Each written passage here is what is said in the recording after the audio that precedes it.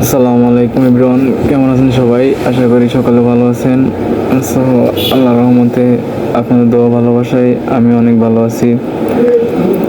তো আপনাদেরকে যে কথাটা বলতে চাইছিলাম আর কি, দেখেন ভাই, জীবনে বাঁচতে হলে অনেক যুদ্ধের সাথে অনেক কষ্টের সাথে লড়াই করতে হয়, যেটা আমি করতেছি।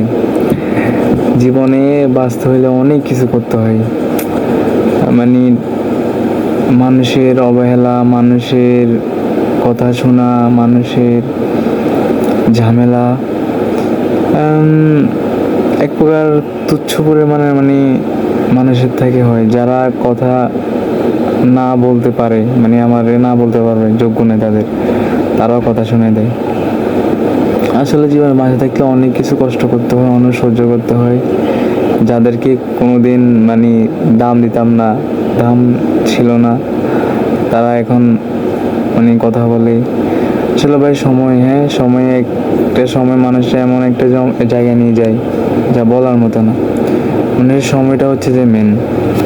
তো আশা করি সবাই নিজের জায়গা থেকে সবাই বুঝবেন যে কোনটা আপনার জন্য ভালো, কোনটা আপনার জন্য খারাপ, আর কোন মানুষের সাথে মিশলে আপনি ভালো থাকবেন, কোন মানুষের সাথে মিশলে আপনি ভালো থাকবেন না। আপনার যারা কাছে মনে হবে যে আপনার অনেক ফ্রেন্ড সার্কেল, অনেক বন্ধু বান্ধব, ভালো মানুষ, ফেরেস্তা, আসলে ভাই কিচ্ছু না। আপনার কাছে টাকা আছে, আপনার কাছে আপনার সব আছে। আর টাকা বলতে না, আর কথা হচ্ছে যে সব ভালো মানুষ সবাই হয় না ভাই, ভালো মানুষ সবাই হয় না। আপনি ভালো মানুষ একজন দেখে নেবেন। আর 10-12টা 100টা 50টা বন্ধু থাকলে যে বন্ধু এমন না ভাই, আপনার বন্ধু থাকার মতো একটা বন্ধু থাকলেই যথেষ্ট। আমার ভাই আসলে আমার চারপাশে অনেক মানুষ আছে, কিন্তু আমার বন্ধু ফ্রেন্ড সার্কেল এরকম নাই। আমার 2-4টা বন্ধু বান্ধব আছে, এইটাই আমার কাছে এনাফ। আর জীবনে এত আহামরি কিছু চাই না ভাই, জীবনে এত আহামরি কিছু চাই না, জীবনে এত আহামরি কিছু দরকার নেই। হালকা কিছু জীবনে কিছু ইনকাম করবো, হালকা কিছু একটা সুন্দর একটা ফ্যামিলি করবো, বাস ফ্যামিলি নিয়ে থাকবো, এটাই। জীবনে নিজে ভালো একটা মানুষ পাবেন। আর বিয়ে শাদীর ব্যাপারটা কি বলবো ভাই, বিয়ে শাদীর ব্যাপারটা হচ্ছে আপনার খুব মারাত্মক লেভেলের, লটারির মতো। বিয়ে শাদী করার সময় খুব ভাবে চিন্তা করবেন যে কোন মেয়েটাকে আপনি বিয়ে শাদী করতেছেন, যে কোন মেয়েটা কোন ফ্যামিলির মেয়েরই বিয়ে করবেন।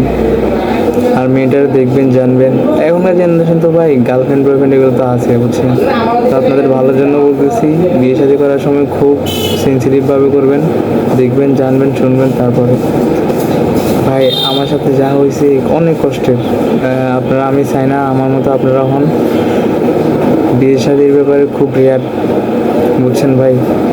বিয়ে শাদী করতে খুব ভাবে চিন্তা করতে হবে, খুব দেখতে হবে যে কোন মেয়েটাকে আমি বিয়ে করতেছি, কোন মেয়েটাকে আমি জীবনসঙ্গী বানাতেছি।